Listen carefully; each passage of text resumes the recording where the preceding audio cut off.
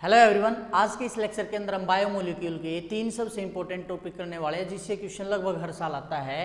Enzyme, vitamin और nucleic acid. छोटे छोटे टॉपिक हैं और बहुत जल्दी हम इनको कवर कर देंगे।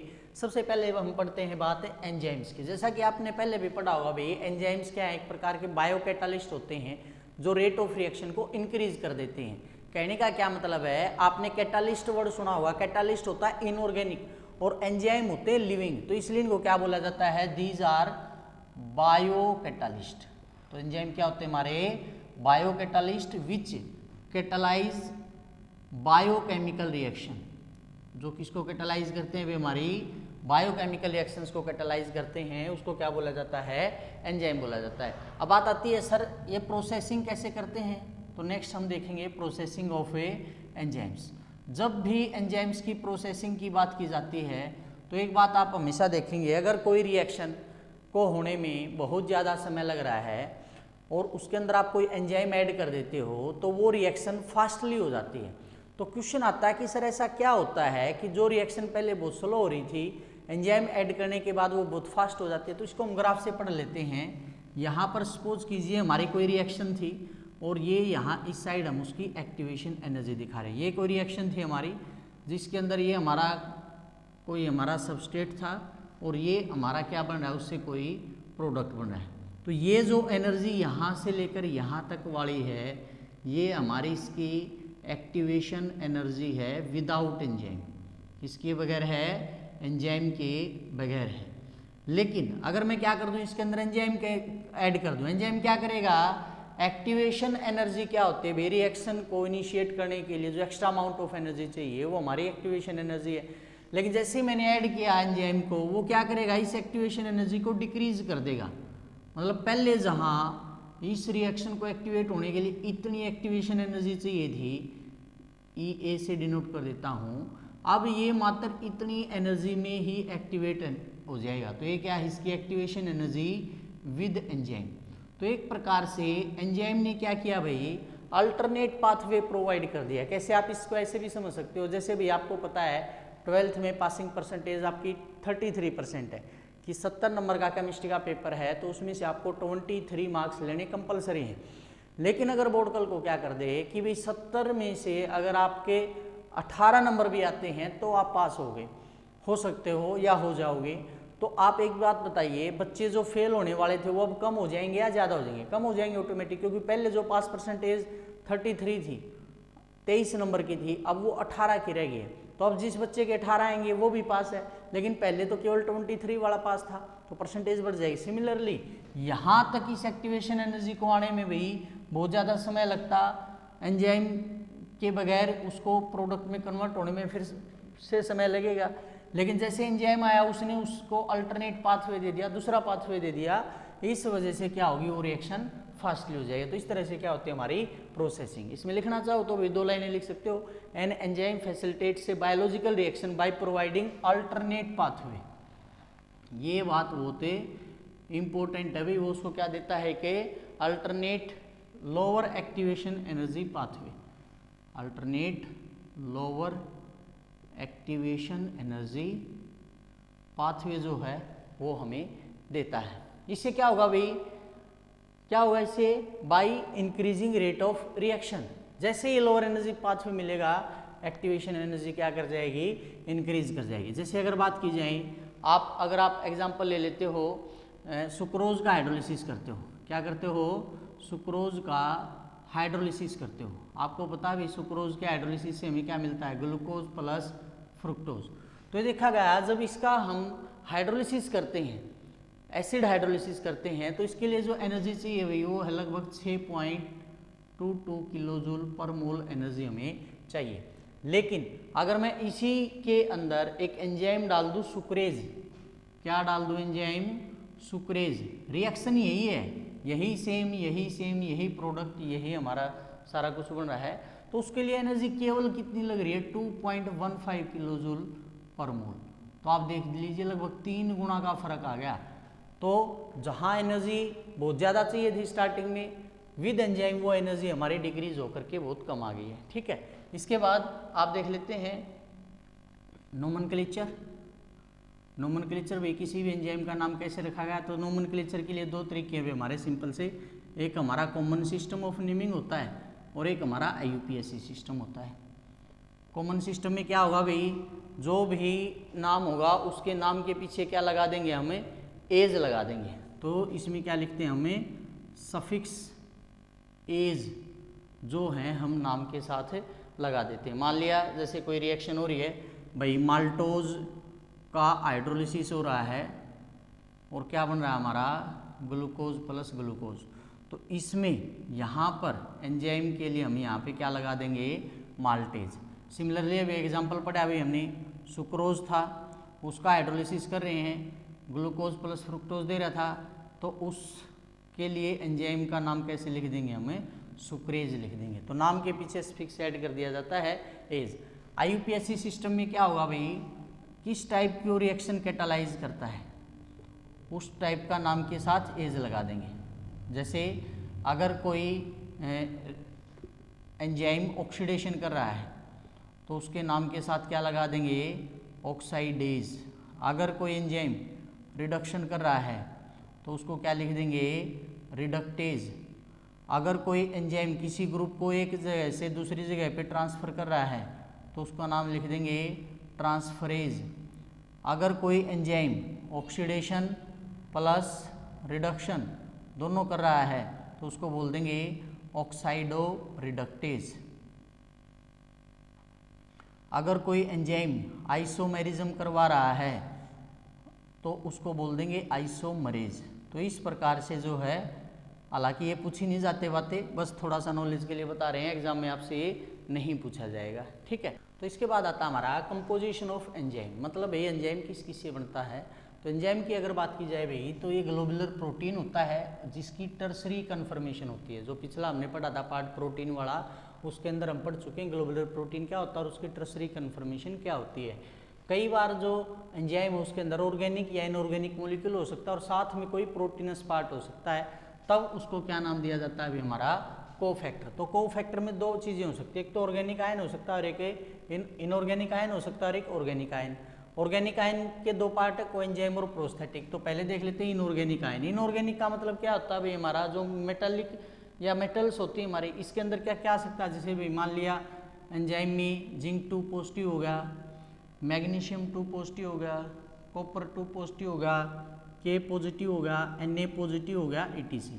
तो ये सारे के सारे कैसे आयन हो सकते हैं हमारे, इनऑर्गेनिक आयन। उसके बाद कोएंजाइम क्या होते हैं भाई, कोएंजाइम होते हैं वो आयंस जो लूजली हेल्ड होंगे एंजाइम के साथ, ठीक है। तो loosely held protein, loosely held to protein. अब लूजली हेल्ड है तो अगर उसका हाइड्रोलिसिस करूंगा तो आसानी से सेपरेट भी हो जाएगी। तो क्या लिखेंगे, and can be hydrolysed easily. तो जब लूजली हेल्ड होंगे, लूजली हेल्ड के लिए क्या होता है हमारा एंजाइम, लेकिन कई बार ये पार्ट जो है उसके साथ टाइटली हेल्ड होंगे। टाइटली हेल्ड होंगे तो क्या होगा भाई, नॉट हाइड्रोलाइज्ड इजिली, वो आसानी से हाइड्रोलाइज नहीं होंगे, उसको क्या बोलेंगे, प्रोस्थेटिक ग्रुप। फिर बता देता हूँ एग्जाम में ये बातें नहीं पूछी जाती, जस्ट फॉर थोड़ा सा नॉलेज के लिए हम इसको कर रहे हैं, ठीक है। एक और आप नोट देख लीजिए छोटा सा, जो हेलो एंजाइम होता है, होलो एंजाइम। होलो एंजाइम जो है उसके अंदर दो पार्ट में टूटता हमारा, एपो एंजाइम प्लस कोफैक्टर।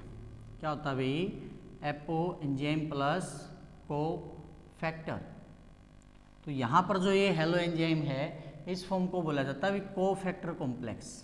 क्या बोलते हैं इसको, कोफैक्टर कॉम्प्लेक्स। जो एपो एंजाइम है वो हमारी फॉर्म होती है इनएक्टिव फॉर्म।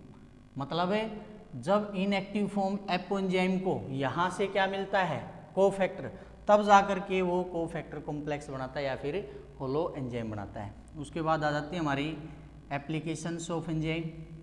फिर बता देता हूँ भाई, एग्जाम में इसे क्वेश्चन बहुत ही रेयर चांस है, बहुत कम आता है, जस्ट कि हमें पता हो हमारे सिलेबस में, इसलिए हम इसको थोड़ा सा पढ़ रहे हैं। सबसे पहला इसको भाई बियर वगैरह बनाने में इस्तेमाल किया जाता है, ठीक है, और भाई वाइन बनाने में इस्तेमाल किया जाता है, ठीक है। सेकंड जो एप्लीकेशन आती है भाई हमारी, जो स्वीट सिरप बनते हैं, जो जैसे खांसी की दवाई होगी भाई, या कोई और सिरप हो गया कॉर्न स्टार्च से, तो उसके अंदर भाई हमारा एंजाइम का ही यूज होता है। थर्ड जो एप्लीकेशन आ जाती है भाई हमारी चीज़ बनाने में, जो हमारा चीज़ बनता है भाई, प्रोडक्शन ऑफ चीज़। कैसे बनता है भाई cheese? By coagulation of milk. आपको पता है दूध जब फटता है उसके बाद जो अपना पनीर निकलता है, तो उसके अंदर भी सीधी सी बात है भी किसका रोल होता है? हमारा एंजाइम्स का रोल होता है।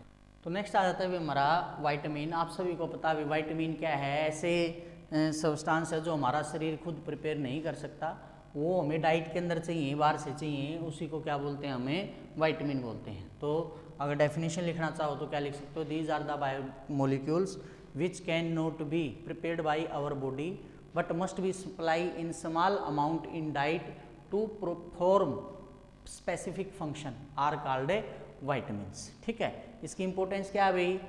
विटामिन्स ना तो कोई शरीर को एनर्जी देते हैं, फिर भी क्यों इंपॉर्टेंट है? ये जो टिश्यू है हमारी बॉडी के अंदर उसको बिल्ड करने में हेल्प करते हैं। सेल के जो टिश्यू को, सेल से जो टिश्यू बनता है, और जो हमारी गुड हेल्थ है वो तब मेंटेन रह पाते हैं जब हमारे शरीर में प्रॉपर विटामिन है। यानी अगर हमारे शरीर में विटामिन की कमी हो जाती है तो हमें क्या हो जाएगी भाई? कोई ना कोई डिजीज़ हो जाएगी। इसलिए हमारी बॉडी के लिए क्या है? इम्पोर्टेंट है। फिर सोर्स की बात कर लेते हैं भाई। आपको पता है विटामिन के सोर्स क्या है भाई? आपका मिल्क है, एग है, मीट है, और भाई बटर हो गया, चीज़ हो गया, फ्रूट्स हो गए, ग्रीन वेजिटेबल्स हो गई, जो मील आप खाते हो, तो ये सारे क्या है? हमारे सोर्स है। उसके बाद क्लासिफिकेशन ऑफ विटामिन, यहाँ से थोड़ा सा क्वेश्चन आ सकता है। दो तरह का क्वेश्चन होते हैं, दो तरह के विटामिन के हम कैटेगराइजेशन करते हैं। एक होता है वाटर सोल्यूबल, और एक होता है फैट सोल्यूबल। नाम से ही पता चल रहा है भाई, ऐसे विटामिन जो किसके अंदर प्रेफरेबली सोल्यूबल होंगे? वाटर के अंदर। तो डेफिनेशन लिख देंगे, the vitamin which are soluble in a water are called water soluble vitamin. इसका एग्जांपल है भाई विटामिन बी कॉम्प्लेक्स। तो विटामिन बी कॉम्प्लेक्स जो है हमारा, अब यहाँ पर कॉम्प्लेक्स क्यों लिखा है भाई? क्योंकि इसके अंदर अलग अलग विटामिन होते हैं, जैसे B1 है, B2 है, B5 है, B6 है, B12 है। अच्छा, और भाई विटामिन सी है, ये जो हमारे क्या होते हैं? वाटर सोल्यूबल होते हैं। अब यहाँ पर एक क्वेश्चन भी बनता है कि जो वाटर सोल्यूबल विटामिन है वो हमें लगातार लेते रहने। जैसे विटामिन सी आपको पता है खट्टे पदार्थों से मिलता है, तो आपको जो संतरा है, मौसम्बी है, या जो नींबू है वो लेते रहना चाहिए रेगुलरली, क्योंकि जैसा कि नाम से ही पता चला विटामिन सी वाटर सोल्यूबल है। तो जब आप यूरिनेशन करते हो तो ये डिजोल्व होकर के निकल जाता है, तो हमारे शरीर में कम रुकेगा ये, तो इसलिए हमें इसको किसके अंदर लेने की ज़रूरत होती है? रेगुलरली डाइट के अंदर लेने की ज़रूरत होती है। ठीक है, उसके बाद फैट सोल्यूबल, नाम से ही पता चल रहा है, these are the oily substances and not readily soluble in a water. तो ये कैसे सब्सटेंस होते हैं भाई?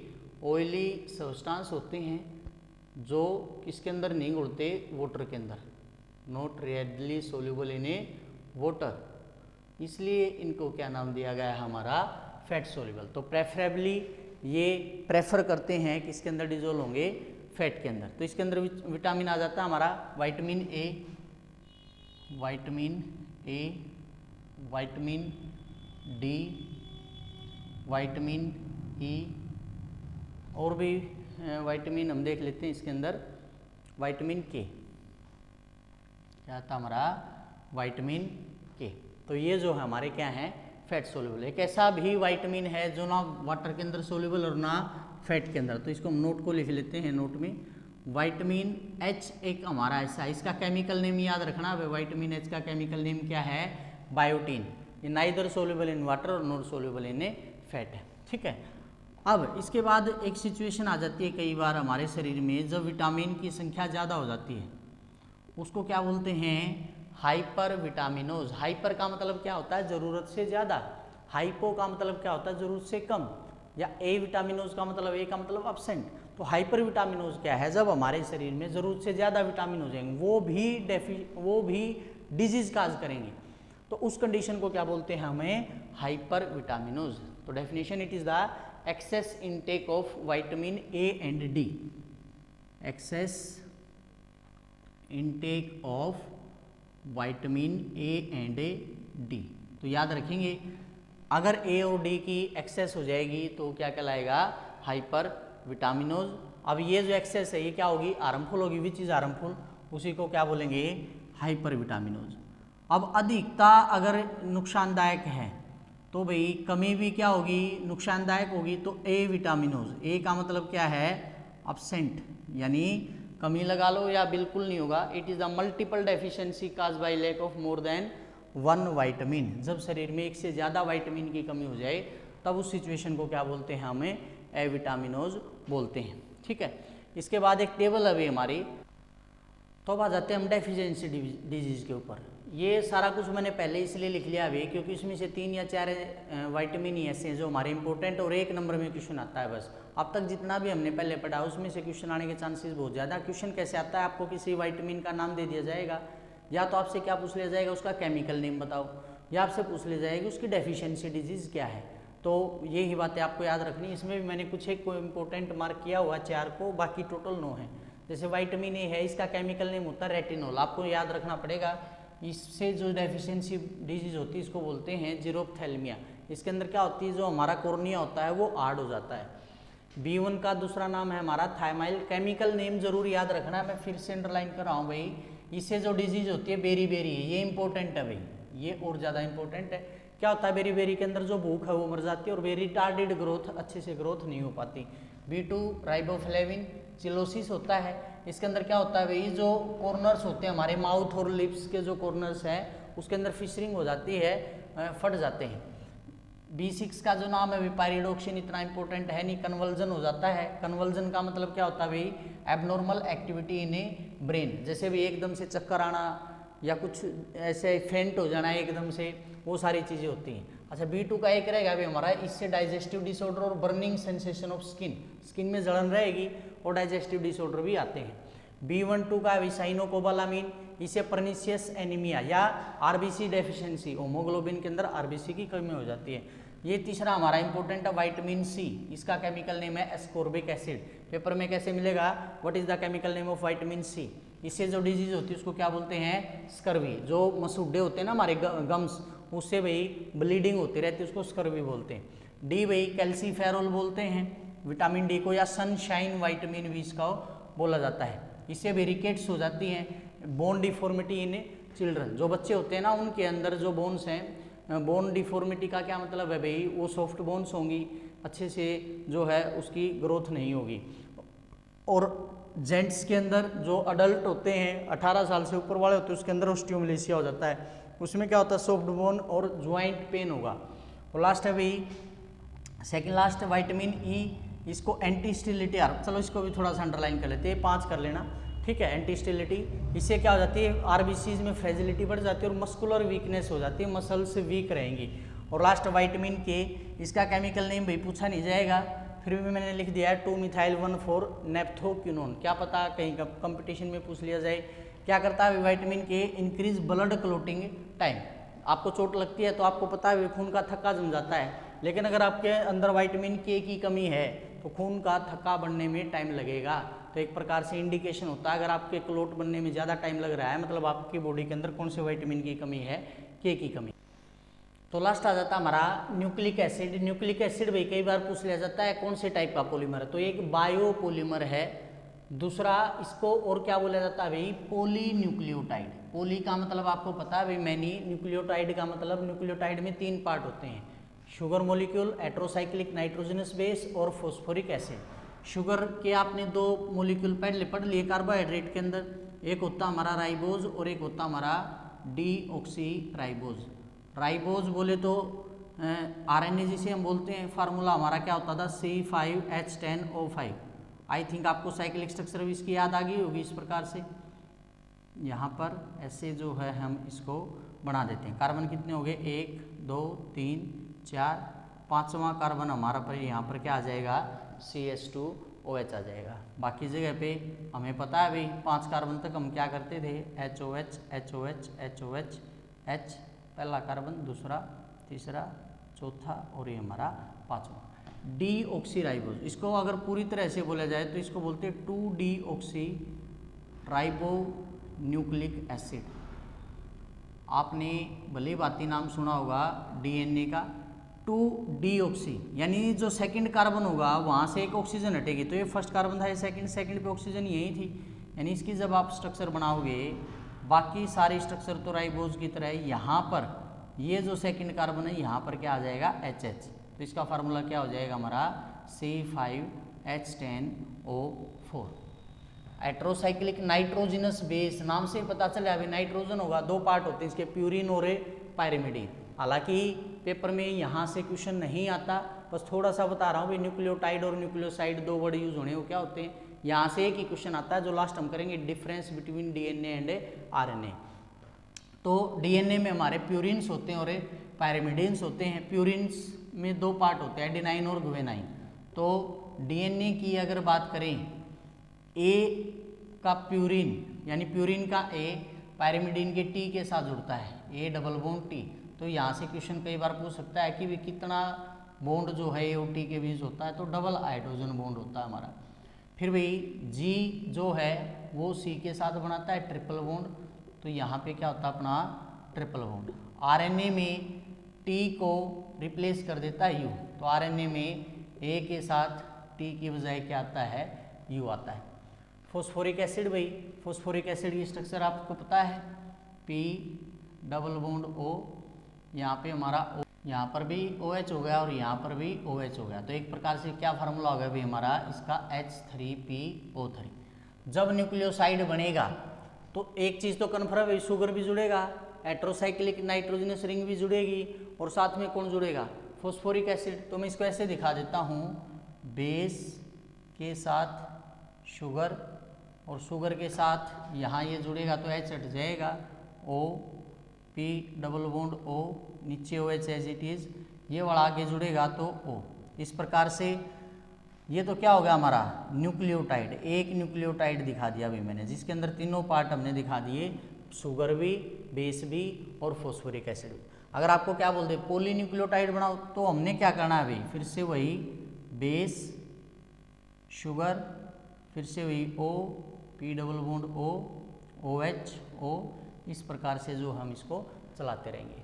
फिर होता है भाई एक न्यूक्लियोसाइड, क्या होता है भाई हमारा न्यूक्लियोसाइड। अच्छा एक बात और, जो एडेनाइन है, ग्वेनाइन है, थायमाइन है, साइटोसाइन है या यूरासिल है, एनसीईआरटी में इनकी स्ट्रक्चर गिवन है। हालांकि आज तक स्ट्रक्चर पूछी नहीं गई है, फिर भी पूछ ली जाए तो आप वहाँ से एक बार अपना स्ट्रक्चर रफली सा थोड़ा सा देख लेना।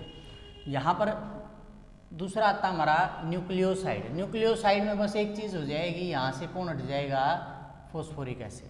तो यहाँ डायग्राम में भी कौन हट जाएगा, फॉस्फोरिक एसिड। तो बेस और शुगर, शुगर के साथ बेस अगर जुड़ जाता है तो उसको क्या बोलते हैं आप, न्यूक्लियोसाइड। जैसा कि मैंने आपको बताया था, क्वेश्चन या तो विटामिन की टेबल से आता है या फिर डायरेक्ट आता है डीएनए और आरएनए के बीच में डिफरेंस क्या है। डीएनए की फुल फॉर्म आपको पता है डीऑक्सीराइबोन्यूक्लिक एसिड, और आरएनए होता है हमारा राइबोन्यूक्लिक एसिड। इसमें मैंने अभी बताया था भाई, जो शुगर प्रेजेंट होगी डीएनए के अंदर, शुगर प्रेजेंट इन डीएनए, वो क्या थी, 2-डीऑक्सीराइबोन्यूक्लिक एसिड, न्यूक्लिक एसिड, ये हमारी शुगर प्रेजेंट है डीएनए का। जबकि आरएनए में क्या होती है भाई, जो sugar present in RNA is deoxy को हटा दो, राइबोन्यूक्लिक एसिड। ठीक है, ये फर्स्ट डिफरेंस हो गया भाई। सेकंड डिफरेंस हमारा भाई, जो डीएनए है उसकी double, DNA has double alpha helical structure. इसकी जो स्ट्रक्चर होती है भी हमारी डबल हेलिकल होती है, और कौन सी होती है, अल्फा हेलिक्स स्ट्रक्चर होती है। जबकि आरएनए क्या होता है, आरएनए इज सिंगल स्ट्रैंडेड, यहाँ पे भी क्या लिख देंगे, डबल स्ट्रैंडेड, स्ट्रैंड दो स्ट्रैंड होती है इसके अंदर। जबकि इसके अंदर क्या होती है, ये हमारी आरएनए के अंदर जो स्ट्रक्चर है केवल क्या होती है, सिंगल स्ट्रैंडेड होती है, लेकिन ये भी अल्फा हेलिक्स ही है। ठीक है, उसके बाद थर्ड आ जाता है हमारा डीएनए जो है मेनली, ये बहुत इंपॉर्टेंट पॉइंट है भाई, DNA occurs chiefly in the nucleus of cell. DNA आपको कहाँ पे मिलेगा भाई? न्यूक्लियस ऑफ ए सेल के अंदर मिलेगा। जबकि आरएनए आपको कहाँ पे मिलता है? RNA occurs chiefly in the cytoplasm of cell. ये आपको कहाँ पे मिलता है? साइटोप्लाज्म के अंदर। फोर्थ डिफरेंस आ जाता है भाई हमारा, डीएनए मॉलिक्यूल्स बहुत बड़े होते हैं। DNA molecules are a very large, ठीक है, विद मोलिकुलर मास है। इनका जो मोलिकुलर मास है भाई वो कितने? 6 गुणा में 10 की पावर 6 से 16 गुणा 10 की पावर 16 म्यू, ये हमारी यूनिट है इसकी, इसके बराबर होता है। जबकि आरएनए का जो मोलिकुलर मास है बहुत छोटा होता है भाई, लार्जर की जगह क्या जाए? Smaller. RNA molecular are very smaller. इनका जो मास होता है वो केवल 20,000 से 40,000 म्यू तक ही होता है। उसके बाद भाई फिफ्थ डिफरेंस आ जाता है, DNA has unique property of replication. कि आरएनए जो है भाई वो क्या कर सकता है? अपनी हूबहू दूसरी कॉपी बना सकता है। उस कॉपी बनाने को क्या बोला जाता है? रेप्लिकेशन, ठीक है। लेकिन आरएनए क्या नहीं कर सकता भाई? RNA usually does not a replicate, ठीक है। उसके बाद भाई सिक्स्थ डिफरेंस आ जाता है हमारा, डीएनए जो है कंट्रोल करता है transmission of hereditary character. DNA controls transmission of hereditary characters. अब ये क्या होते हैं भाई? वो गुण जो आपके अंदर आपके माता पिता से आए हैं उनको हम हेरेडिटरी कैरेक्टर्स बोलते हैं। तो जो डीएनए है उसका काम क्या है? कैरेक्टर्स को एक जनरेशन से अगली जनरेशन में पहुंचाना। जबकि आरएनए का काम क्या है भाई? प्रोटीन सिंथेसिस करना। मतलब आरएनए क्या बनाता है? हमारी बॉडी के अंदर एक प्रोटीन बनाता है। हालांकि बिल्कुल स्टार्टिंग में जब स्टडी हुई शुरुआत में डीएनए की बजाय आरएनए को जेनेटिक मटेरियल माना जाता था, लेकिन बाद में जब स्टडी हुई तो पता चला भी आरएनए हेरेडिटरी मटेरियल नहीं है, वो क्या करता है? प्रोटीन का सिंथेसिस करता है, ठीक है। उसके बाद डीएनए में मैंने अभी बताया था भाई जो एडेनाइन है वो किसके साथ जुड़ता है? थायमाइन के साथ। एडेनाइन किसके साथ जुड़ता है? थायमाइन के साथ। और गुआनाइन है वो किसके साथ जुड़ता है? साइटोसाइन के साथ। जबकि डीएनए आरएनए के अंदर क्या था भाई? ए के साथ टी की जगह यू आ गया था, जबकि जो जी है वो हमारा सेम था। तो ये थे हमारे डिफरेंस किसके बीच में? डीएनए और आरएनए के अंदर। चाहो तो आप और भी डिफरेंस कर सकते हो, लेकिन आप ये लगा लीजिए मैक्सिमम 5 या 6 डिफरेंस आपके लिए मोर देन इनफ है। तो लास्ट हम देख लेते हैं भाई डीएनए फिंगरप्रिंटिंग। हालांकि क्वेश्चन इससे आज तक पूछा नहीं गया है, लेकिन फिर भी हम एक बार देख लेते हैं। आपने पहले भी सुना होगा, आपने एक शो आता है सीआईडी, उसके अंदर डॉक्टर सालुके होता है और उसको जो है एसीपी क्या नाम उसका प्रद्युमन बोलता है कि सालुके इसकी जल्दी से डीएनए फिंगरप्रिंटिंग करो। तो डीएनए फिंगरप्रिंटिंग बेसिकली क्या होती है? जो हमारे फिंगर्स होते हैं हर एक के यूनिक होते हैं। ये कभी भी किसी के लगभग क्या नहीं हो सकते? सेम नहीं हो सकते। 99% तो सेम है, लेकिन 1% हिस्सा ऐसा होता है जो सबका अलग होता है, वही हमारा यूज होता है डीएनए फिंगरप्रिंटिंग में। तो क्या लिख सकते हैं इसके अंदर? These occurs at a tip of finger and have been used for identification from a long time. लेकिन ऐसा नहीं है कि डीएनए फिंगरप्रिंट चेंज नहीं किए जा सकते। सर्जरी के द्वारा जो है डीएनए फिंगरप्रिंट्स को क्या किया जा सकता है? चेंज किया जा सकता है। तो कोई भी जो बेस है डीएनए के अंदर वो हर एक पर्सन का यूनिक है और उसकी अपनी इन्फॉर्मेशन है, उसी को क्या बोला जाता है? डीएनए फिंगरप्रिंट, ठीक है। तो क्या लिखेंगे? A sequence of base for a person is unique. हर एक पर्सन के अंदर जो बेस प्रेजेंट है वो क्या है? यूनिक है। एंड इंफॉर्मेशन रिगार्डिंग दिस, तो उससे रिलेटेड जो इंफॉर्मेशन है इज कॉल्ड, उसको क्या बोला जाता है? डीएनए फिंगरप्रिंटिंग, ठीक है। डीएनए फिंगरप्रिंट भाई सबसे पहले कहाँ कहाँ यूज हो जाती है भाई? तो सबसे पहले इसके हम यूज करते हैं फोरेंसिक लैब के अंदर। क्यों भाई? ताकि आइडेंटिफिकेशन आसानी से उसके क्रिमिनल की, क्योंकि जैसा कि मैंने बताया भाई ये हर एक के यूनिक है। तो अगर आपके एक बार कहीं पे फिंगरप्रिंट आ गए और मैच करके देख लिए, मैच हो गए, तो साबित हो जाएगा कि हाँ आपने जो है मान लिया चाकू है, पिस्टल है, हथियार है कोई, उसके ऊपर फिंगरप्रिंट है, तो वो आपको प्रूव कर सकता है कि आप क्रिमिनल हो। ठीक है। दूसरा भाई, to determine paternity of a person, किसी भी आदमी की पैटर्निटी का पता। पैटर्निटी का मतलब क्या होता है भाई? पैतृत्व। जैसे अगर किसी को कोई ये चेक कराना हो कि भी ये जो बच्चा है मेरा है और किसी का है, तो उसके लिए भी क्या किया जा सकता है? DNA fingerprinting. ठीक है। तीसरा भी, to identify dead bodies in accident, अगर कहीं एक्सीडेंट हो गया है और चेहरे पहचान में नहीं आ रहे हैं, तो वहाँ पर भी जो है अगर बच्चे की डेथ हो गई तो माता के डीएनए से मैच कर लिया जाएगा, और अगर माता पिता की हो गई तो बच्चे के डीएनए से मैच कर लिया जाएगा। और लास्ट है, टू आइडेंटिफाई रेशियल ग्रुप। अब आप बोलोगे सर ये रेशियल ग्रुप क्या होता है भाई? रेशियल का मतलब होता है भाई कोई भी प्रजाति कि कोई कहाँ से चली थी प्रजाति और आज वो कहाँ पहुँच चुकी है। And to rewrite biological evolution, तो उसके बेसिस पर हम क्या पता लगा सकते हैं उसका कहाँ से कहाँ इवोल्यूशन हुआ, कैसे वो फैला। ये सारी बातें जो हम किसके ज़रिए पता लगा सकते हैं? डीएनए फिंगरप्रिंटिंग के अंदर। आजकल एनसीईआरटी में क्लास में हार्मोन भी टॉपिक छोटा सा ऐड हो चुका है, ये आ गया तो वो आ जाएगा। हालांकि क्वेश्चन उससे आज तक आए नहीं है, तो पढ़ते रहिए बढ़ते रहिए। ये थी हमारी यूनिट। आज के लेक्चर के अंदर इतना ही। Thank you.